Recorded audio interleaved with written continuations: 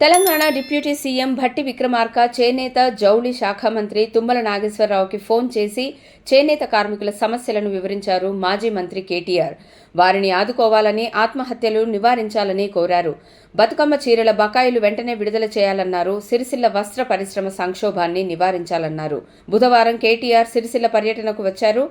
ఈ సందర్భంగా MLA camp కార్యాలయంలో ఆయన కాసేపు స్థానికులతో మాట్లాడారు.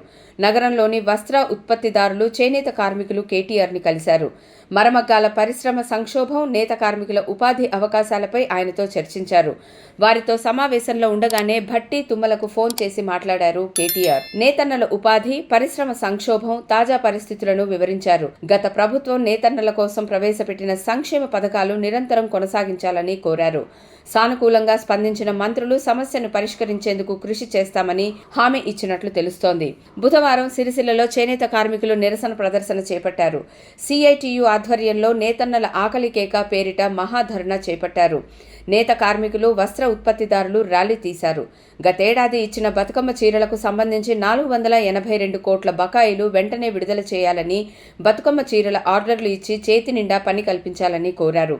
కాంగ్రెస్ ప్రభుత్వ నిర్లక్ష్యంతో సిరిసిల్ల వస్త్ర పరిశ్రమ సంక్షోభంలో కూరుకుపోయిందని విమర్శించారు సిఐటియు నాయకులు.